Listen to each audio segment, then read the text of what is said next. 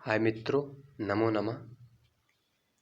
अभी तक हमने कादम्बरी कथा में देखा कि किस प्रकार जो शूद्रक है वो अपने शत्रु राजा के राज्य को जीतता है युद्ध में, और जो राजलक्ष्मी है वो किस प्रकार अभिसारिका की तरह युद्ध रूपी रात्रियों में राजा शूद्रक के पास अनेकों बार आई। ठीक है, यहाँ तक पढ़ा था और हमने इसको विस्तृत तरीके से पढ़ा था पिछले वीडियो में। ठीक है, अब हम इसके आगे जो बाण लिख रहे हैं उसको देखते हैं।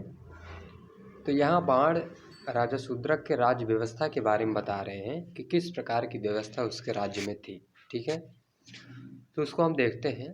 लिखते हैं, यस्मिंश्च राजन जित जगति परिपालयत महीम चित्रकर्मसु वर्ण संकराः रतेषु केशग्रहाः काव्येषु दृढ़बन्धाः शास्त्रेषु चिन्ताः स्वप्नेषु विप्रलम्भाः क्षत्रेषु कनकदण्डाः ध्वजेषु प्रकम्पाः गीतेषु रागविलासितान् करिषु मद्विकाराः चापेषु गुणच्छेदाः गवाक्षेषु जालमार्गाः शशिकृपाणकवचेषु कलङ्काः रतिकलहेषु दूषसम्प्रेषणानि सार्यक्षेषु सूनिग्रियाः प्रजानाम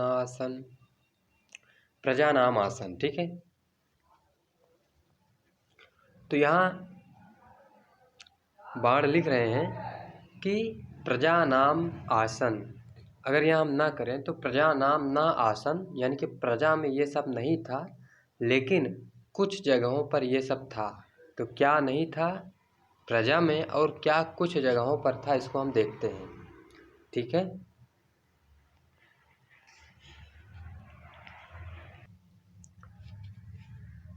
तो लिखते हैं, यस्मिंश्च राजन जित जगति, जिस राजा के द्वारा या जिसके द्वारा इस जगत को जीत लिया गया हो, अर्थात राजा शूद्रक ने इस जगत को जीत लिया था और परिपालयत महीम, और जब जगत को जीत लिया तो इस पृथ्वी का वो पालन कर रहा था, और उसके पृथ्वी का पालन करते समय चित्रकर्मस वर्ण संकराः, उसके राज्य में चित्रकर्मस वर्ण संकराः आसन, लेकिन वर्ण संकराः प्रजा नाम ना आसन, अर्थात जो चित्रकारी होती है, चित्रकारिता होती है, उसमें तो वर्ण संकरता थी।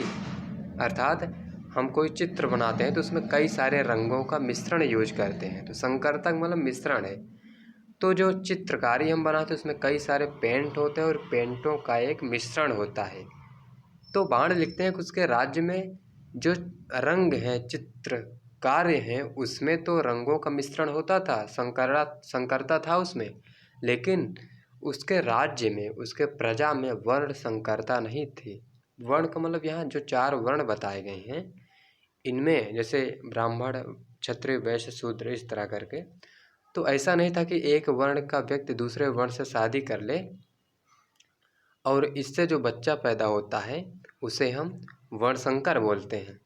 तो ऐसा नहीं था, यानी कि उसके राज्य में वर्ण संकरता नहीं थी। तो इसका मतलब है कि कोई एक वर्ण का व्यक्ति दूसरे वर्ण से विवाह नहीं करता था, सब अपने में ही रहते थे। ऐसी बात यहाँ बाण लिख रहे हैं। दूसरी बात लिख रहे हैं, रतेषु केश ग्रहाः, अर्थात रति, रत मतलब प्रेम में एक व्यक्ति किसी दूसरे स्त्री या पुरुष का, भाई स्त्री है तो पुरुष का, पुरुष है तो स्त्री का, केश गृहा, केश को पकड़ते थे अच्छे से, उसका मतलब केश पकड़कर बातें करते थे और केश पकड़कर जो एंजॉय करते थे, तुम्हारा केश, बड़ी जुल्फें जो है अच्छी है, इस तरह करके। तो ये प्रेम क्रीड़ा में जो होता है वो चीज़ें ये होता था उस शूद्रक के राज्य में। लेकिन भाई कोई ऐसा व्यक्ति नहीं था, कोई ऐसी सास बहुएं नहीं थी कि वो एक दूसरे का बाल पकड़ के झगड़ा लड़ाई करें, ऐसा नहीं था।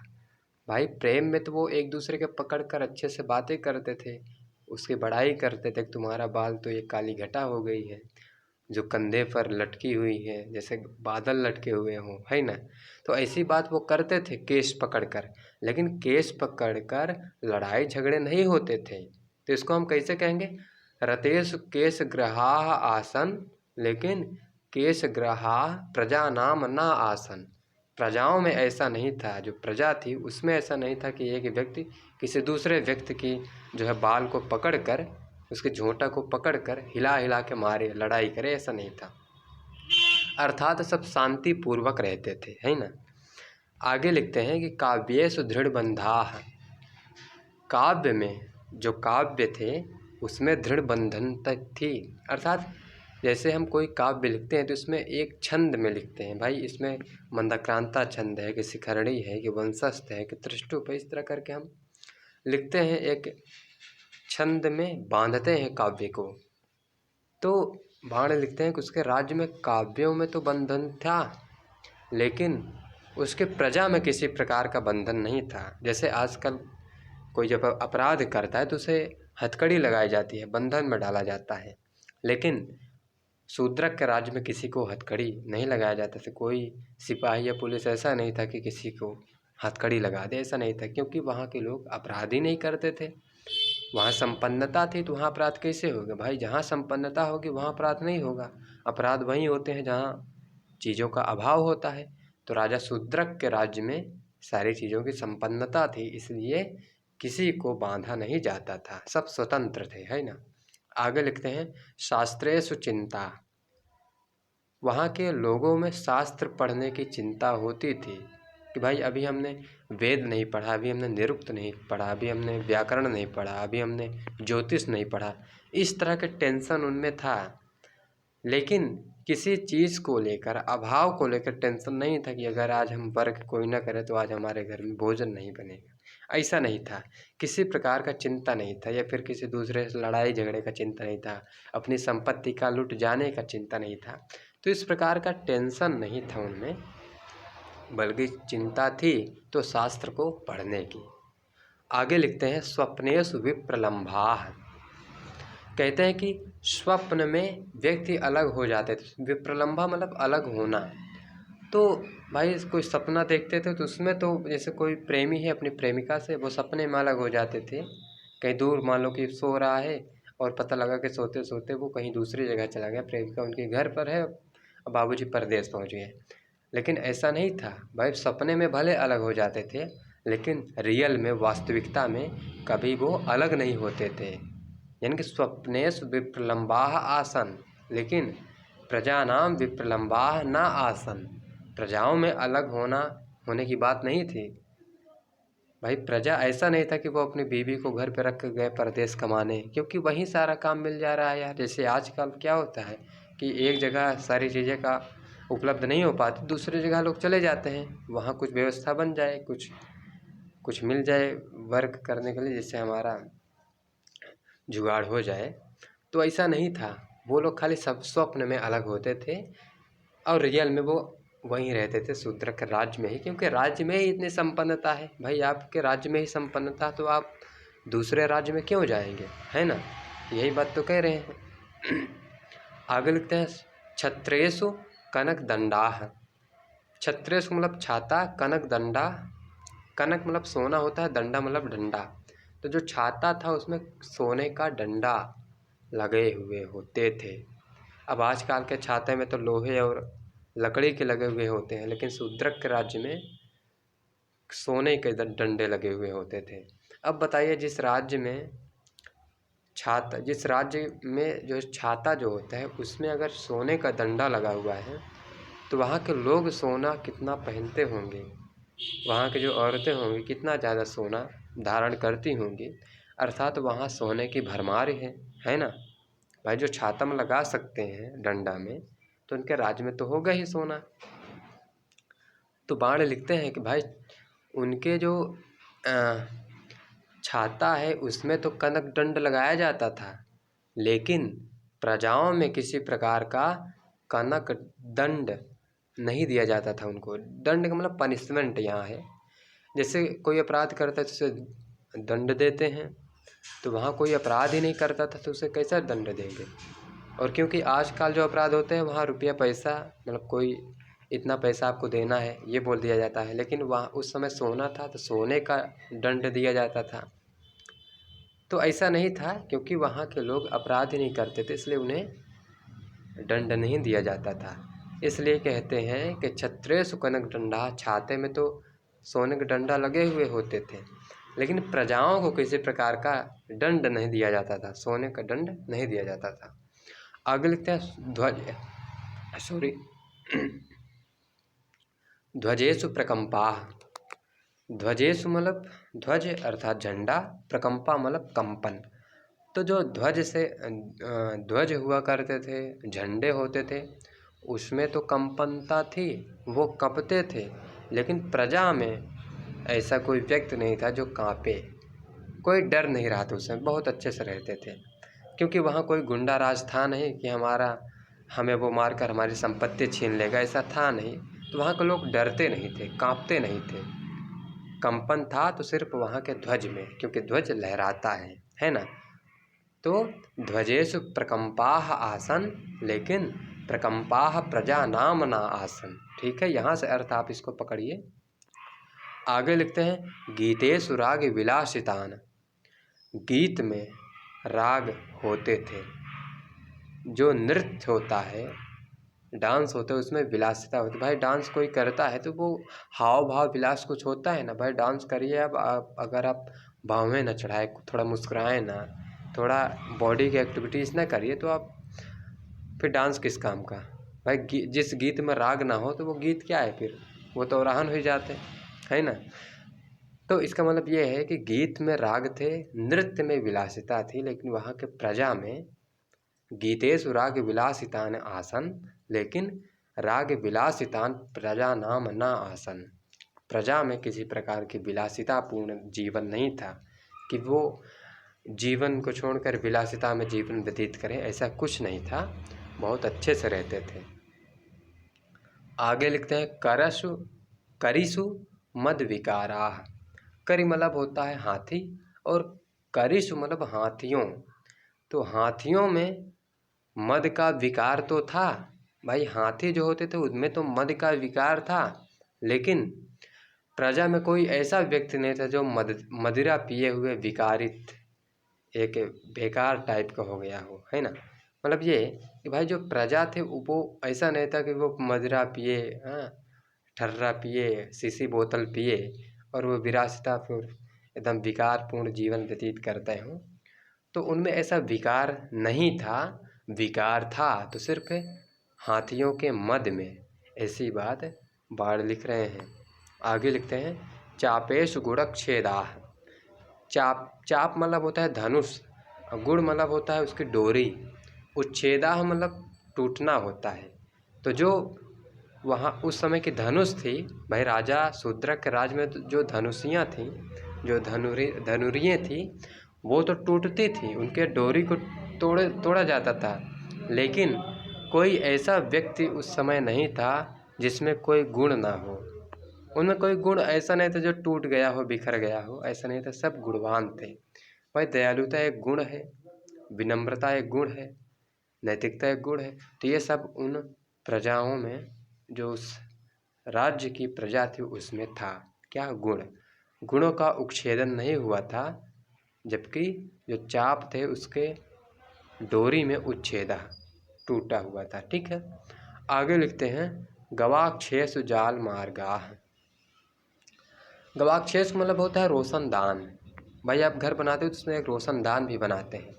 तो रोशनदान में तो जाल मार्गाः था, एक मार्ग आप बना कर रखे थे कि आप वो प्रकाश आए उसमें, लेकिन कोई ऐसा व्यक्ति नहीं था जो क्या हो, जो एक जालसाजी करे, ठगी करे, है ना। कोई ऐसा व्यक्ति उस समय नहीं था, प्रजा में कोई ऐसे लोग नहीं थे जो जालसाजी करे, ठगी करे, लूट करें, है ना। ऐसा कहें कि आप 100 रुपये दो, हम परसों आपको 1000 रुपये उसको बना के देंगे, ऐसा कोई व्यक्ति नहीं था। बहुत अच्छे से रहते थे। आगे लिखते हैं शशि कृपाण कवचेषु। अर्थात शशि मतलब चंद्रमा, कृपाण मतलब तलवार, कवच का मतलब जो योद्धा सीने पर पहनते हैं कवच। ठीक है, तो लिखते हैं कि शशि अर्थात चंद्रमा में कलंक है। भाई चंद्रमा में कलंक धब्बा है, उसको बता रहे हैं। शशि में तो कलंक था। कृपाण अर्थात जो तलवार थी, उसमें जब शत्रु को मारते थे तो उसमें रक्त की छींटे जो होती थी उससे वो कलंकित हो जाती थी। और जो कवच थे उसमें भी तलवार लगने से उसमें कलंक बन जाते थे। लेकिन शूद्रक के राज्य में कोई ऐसा व्यक्ति नहीं था जो कलंकित हो किसी बात से। सब बहुत अच्छे से जीवन व्यतीत करते थे, है ना। आगे लिखते हैं रति कलहेषु दूष संप्रेषणानि। कलह मतलब होता है लड़ाई झगड़ा एक प्रकार से, और रति कलह मतलब जो प्रेम में लड़ाई हुआ कर, भाई कोई प्रेमी अपने प्रेमिका से लड़ते हैं तो वो भी एक प्रकार से प्यार ही है। तो भाई रति में तो कलहेष होता था, और जब रति में कलहेष होता था तो दूष संप्रेषणानि, वो दूत संप्रेषित करते थे। दूत संप्रेषणानि मतलब वो भाई अगर कोई प्रेमी है तो अपनी प्रेमिका के पास दूत भेजता था मनाने के लिए, संदेश भेजने के लिए। आज की तरह वहाँ व्हाट्सएप नहीं था कि आप अपने से ही सब काम कर लेंगे। भाई उस समय तो दूत वाला सिस्टम था। तो वो जब अपनी प्रियतमा को बात पहुँचानी हो, उनको मनाना हो तो दूत भेजते थे लोग। तो कहते हैं कि रति जो प्रेम में कला होता था उसमें तो दूत भेजे जाते थे, लेकिन उसकी प्रजाओं में किसी प्रकार का, उसके राज्य में किसी प्रकार का ऐसा कलह नहीं था कि उसके लिए हम दूत भेजें समझौता के लिए। ऐसा कोई नहीं था। वहाँ समझौता नहीं होता था कि ये लड़ाई कर लिए भाई दो लोग, अब चलो इनमें समझौता कराओ, ऐसा नहीं था। कोई लड़ाई नहीं करेगा तो क्या समझौता होगा यार, है ना। यही तो लिख रहे हैं। आगे लिख रहे हैं सार्यक 600 सोने गृहाः, है ना। सारे 600 मतलब होता है धूत क्रीड़ा, अर्थात जो पासा आप खेलते हैं। सोने गृहाः अर्थात सोने गृह मतलब होता है घर। तो जो पासे होते हैं उसके घर तो खाली होते थे। भाई ये देखिए, ये पासा हम बना लिए और इसमें जो ये सब घर हो गया, तो ये घर तो खाली हो जाते थे क्योंकि सब खेलते रहते थे। लेकिन शूद्रक के प्रजा में कोई ऐसा घर नहीं था जो धन संपदा से खाली हो, है ना। तो इसको कैसे हम पढ़ेंगे, सार्यक 600 सोने गृहाः आसन, लेकिन सोने गृहाः प्रजा नाम न आसन, है ना। ऐसे इसको पढ़ेंगे।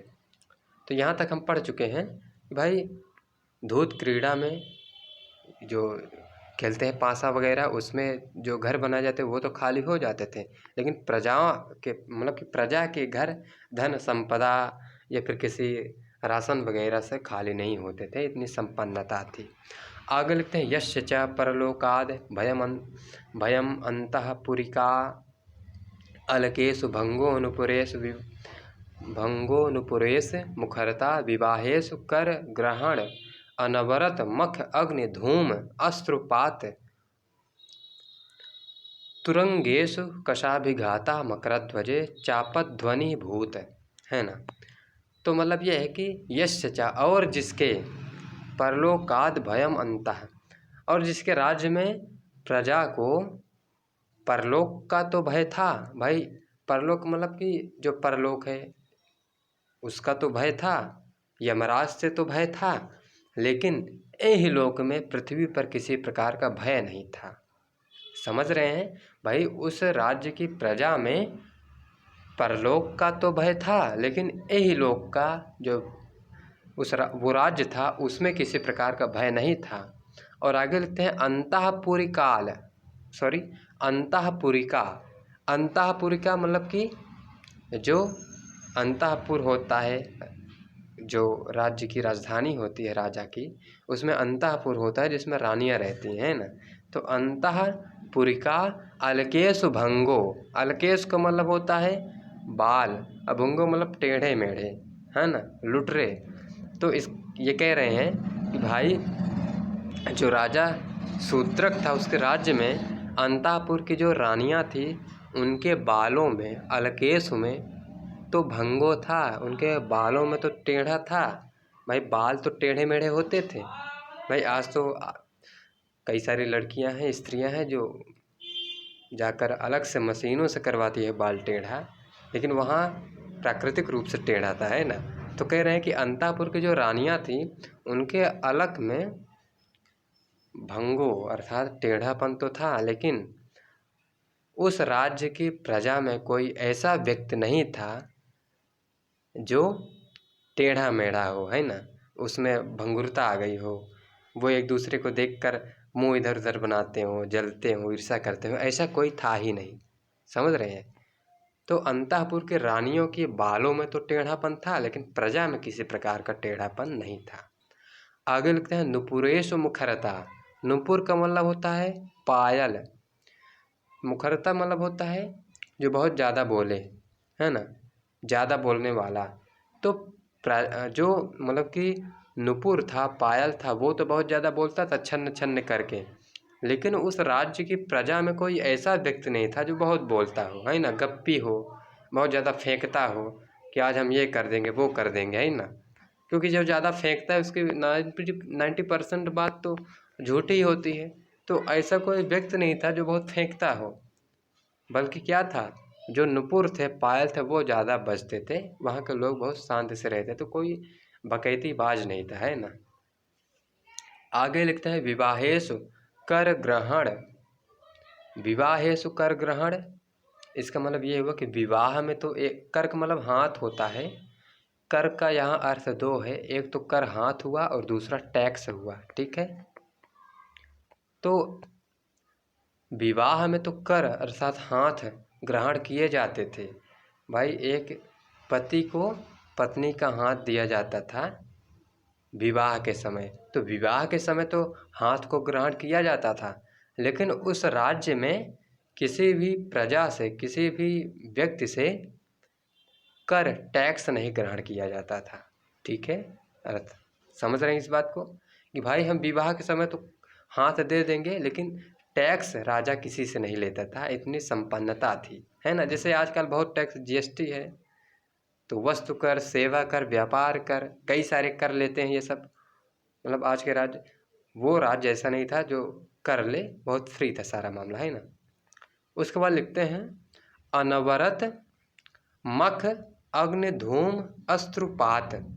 अनवरत मतलब लगातार, मख मतलब होता है यज्ञ, अग्नि का मतलब आग, आगी जो समझते हैं आग, धूम मतलब धुआं, अस्त्रुपात, अस्त्रुपात का मतलब आंसू निकलना। तो लगातार यज्ञ करने से मतलब कि ये है कि मतलब हम यज्ञ करेंगे, तो भाई यज्ञ करेंगे तो अग्नि में हम कई सारे प्रोडक्ट डालते हैं, कई सारे हवन सामग्री डालते हैं, तो उस हवन सामग्री के धुएं से तो अश्रुपात होता था, व्यक्ति रोने लगते थे, आंसू बहने लगते थे। लेकिन कोई ऐसा व्यक्ति नहीं था जो अपने सामाजिक विडंबना से व्यक्ति व्यक्ति में झगड़ा करके रोने लगे, है ना। बहुत शांति प्रिय स्वभाव के सब थे, बहुत अच्छे से रहते थे, ऐसी बात ये कर रहे हैं। आगे लिखते हैं तुरंगेशु कषा विघाता। तुरंग मतलब होता है घोड़ा, और कषा, कषा और अभिघाता, तो अभिघाता मतलब होता है मारना, और कषा का मतलब एक प्रकार से कोड़ा होता है। तो भाई घोड़ा को जब चलाते थे तो उसको तो मारते थे कोड़ा से, घोड़ा को कोड़ा से मारते थे उस समय, लेकिन किसी भी व्यक्ति को नहीं मारा जाता था इस तरह, है ना।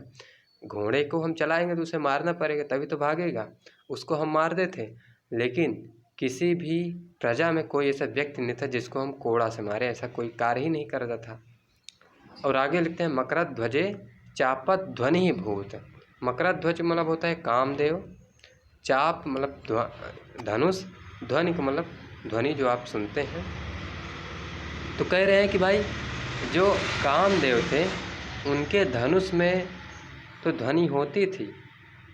भाई जब धनुष आप चलाएंगे तो उसमें ध्वनि होती है, तो कामदेव के धनुष चलाने से तो ध्वनि होती थी, लेकिन राजा शूद्रक के राज्य में ऐसा नहीं था कि वो एक दूसरे से लड़ते रहें, युद्ध करते रहें, क्योंकि युद्ध करेंगे तो धनुष से करनी पड़ेगी, क्योंकि उस समय तीर कमान धनुष भाला इस तरह के युद्ध औजार हुआ करते थे, है ना, शस्त्र हुआ करते थे। आज की तरह परमाणु बम तो था नहीं, तो धनुष खींचते थे जिससे आवाज़ निकलती थी, ध्वनि निकलती थी। तो वो ध्वनि केवल कामदेव के बाण से निकलती थी। कामदेव का बाण फूलों का होता है, जानते हैं, तीर भी उसके फूलों को होती है, और वो छोड़ते हैं स्त्री पुरुष दोनों में, ठीक है। तो वो तो होता था, लेकिन सही सही का युद्ध नहीं होता था, ऐसी बात बाण लिख रहे हैं। तो बाण किस प्रकार को इसको बहुत ही बेहतरीन तरीके से लिखने का प्रयास किया है, प्रयास का बहुत अच्छे लिखे हैं। और आगे और पढ़ेंगे तो और मज़ा आएगा, बहुत अच्छा लिखे हैं। ठीक है, तो धन्यवाद।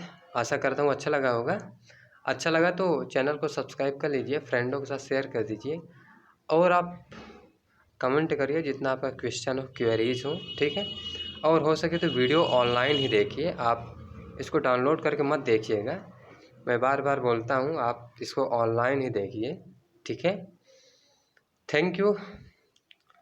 मिलते हैं अगले वीडियो में, तब तक के लिए bye bye, tata, see you. मिलते हैं अगले वीडियो में। Okay, thank you.